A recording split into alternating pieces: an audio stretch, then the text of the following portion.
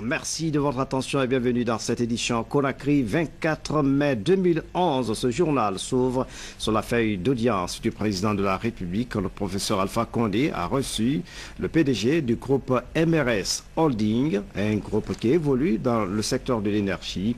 Les entretiens ont porté sur le niveau d'avancement des travaux de réhabilitation des centrales de Tombo. Le résumé de cette audience avec Sanassi Keita. Introduit chez le président de la République par l'ambassadeur du Nigeria en Guinée, Aladji Sayou Dantata, président directeur général du groupe MRS Holding, est venu rendre compte au professeur Alpha Condé de l'état d'avancement des travaux de réhabilitation des centrales électriques de Tombo.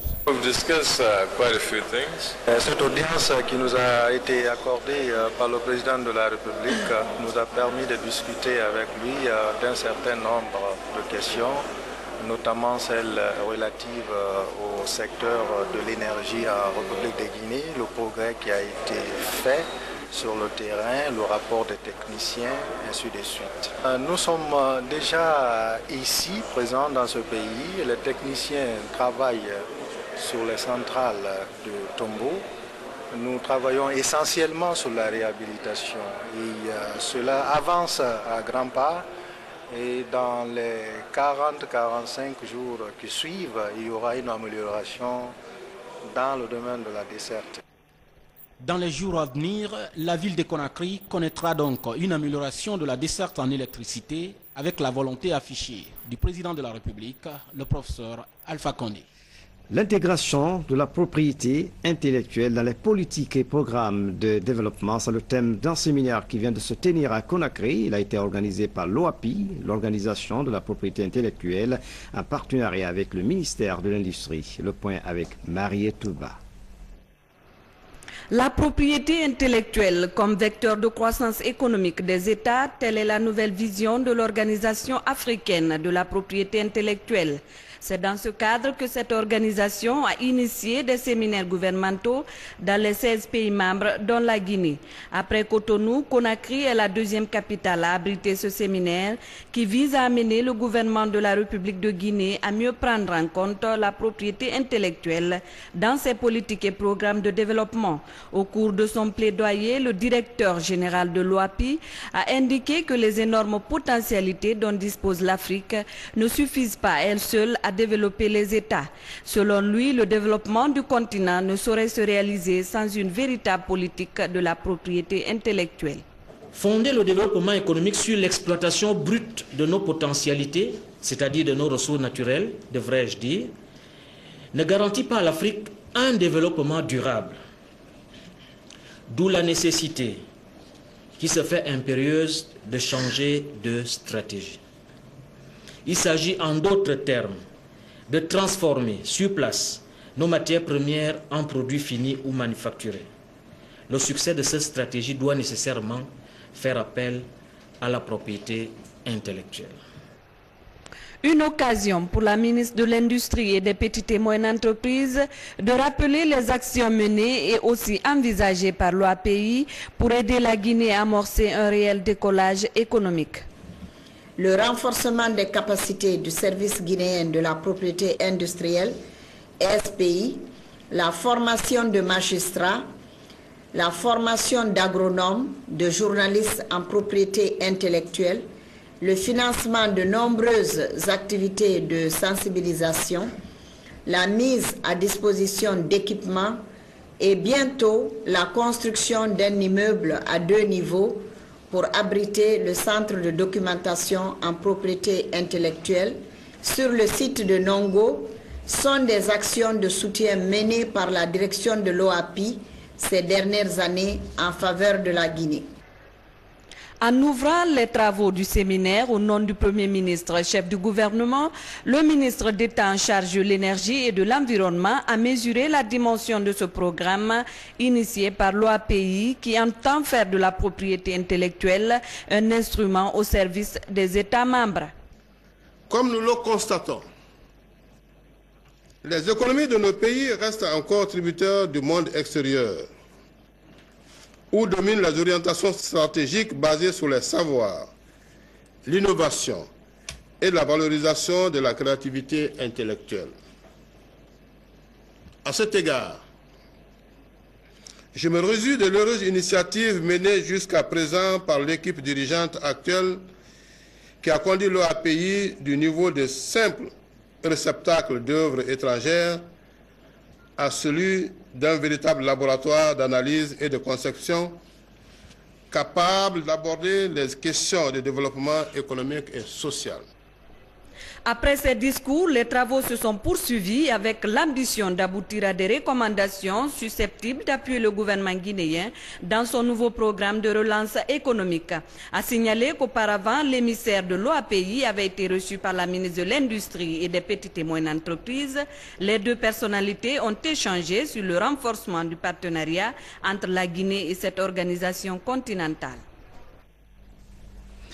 500 milliards de francs guinéens sont détournés chaque année en Guinée. C'est ce qu'indique l'Agence nationale de lutte contre la corruption. Et pour renforcer la lutte contre ce fléau, l'ambassade des États-Unis en Guinée a initié une session de formation à l'intention des journalistes. Une démarche qui devrait impliquer les médias dans la lutte contre la corruption. Lamine Souma signe ce reportage. Le journalisme d'investigation est un moyen sûr de lutter efficacement contre la corruption. C'est pour bien outiller les journalistes guinéens dans la lutte contre la corruption dans leur pays que l'ambassade des États-Unis d'Amérique a initié cette session de formation en leur faveur. Elle est axée sur les techniques de collecte et de traitement de l'information en matière d'investigation journalistique. Le formateur est un journaliste américain très expérimenté. Ronald Weimer a été 15 années durant rédacteur et producteur d'articles de presse en Europe et aux États-Unis d'Amérique. Depuis 2003, il dispense des formations dans plusieurs pays africains, notamment en Gambie, au Sénégal, au Mali et en Guinée. Très décriée par les bailleurs de fonds, la corruption est considérée comme un frein au développement. Selon les enquêtes menées en Guinée en 2005, 500 milliards de francs guinéens échappent au développement tous les ans. La corruption, c'est le fait d'utiliser sa position ou d'abuser de la confiance d'autrui à des fins personnelles. Elle s'installe généralement à cause d'un manque d'intégrité et d'honnêteté. Trafic d'influence, détournement d'argent public, népotisme, contournement des lois et règlements pour des gains personnels, surfacturation, recyclage de mandat, falsification de documents sont autant d'exemples de corruption identifiés dans notre pays. C'est pour endiguer ce phénomène en Guinée que l'ambassade des États-Unis d'Amérique a convié les médias à cette formation. He has chosen as the theme for this seminar. Vous avez choisi comme thématique la couverture médiatique de la corruption. La Guinée a passé un cap très important dans la construction d'un État démocratique. Et dans une démocratie, les citoyens peuvent tenir responsables les gouvernants. Convaincu du rôle primordial de la presse dans la lutte contre la pauvreté et l'enracinement de la bonne gouvernance, la présidente du Conseil national de la communication, CNC, a demandé aux journalistes de bien mettre cette formation à profit. Axé sur le partage d'expériences, le formateur donne souvent des exemples pratiques vécus ailleurs. L'autre fléau à combattre, c'est bien l'immigration clandestine, un phénomène qui touche la couche juvénile. Une ONG nationale en fait son cheval de bataille à travers des conférences débats. Elle tente de sensibiliser les jeunes sur les conséquences de ce phénomène. Le reportage de Ngadi Keita. Lutter contre l'immigration clandestine, voilà l'objectif principal de cette rencontre. Organisée par l'ONG nationale de lutte contre l'immigration clandestine et l'extrême pauvreté, cette rencontre vise à informer les jeunes des dangers des voyages clandestins, facteurs de pauvreté pour leur pays d'origine. Je vous prie de bien vouloir m'aider dans mon combat, celui de lutter contre l'extrême pauvreté qui a engendré l'immigration clandestine, au cours de laquelle meurent 72% de nos enfants en partant chercher du bonheur en Europe. Messieurs, que pourrez-vous ressentir quand vous perdez l'unique enfant que Dieu vous a donné? Pourquoi les fils de Guinée immigrent-ils? Pourtant, c'est une belle nation. On a détruit toute nos structures sociales. Nous avons détruit aussi les structures authentiques. Nous avons laissé la masse paysanne à l'abandon. Et cela a causé quoi?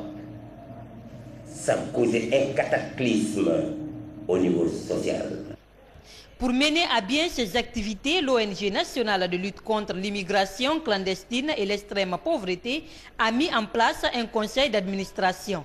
Une occasion pour les premiers responsables de présenter cet organisme aux invités.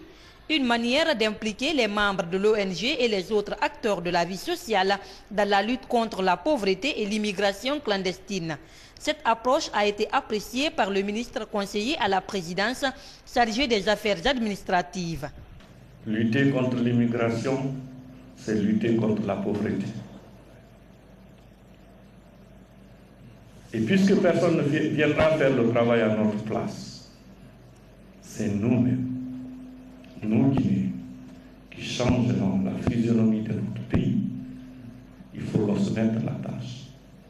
Cette ONG entend œuvrer aux côtés des nouvelles autorités du pays pour amener les jeunes à un changement de comportement face aux conséquences de l'immigration clandestine en Guinée, voire à travers le monde. En plus bref, arrestation dans le quartier de Dabondi d'un voleur de câbles électriques basse tension.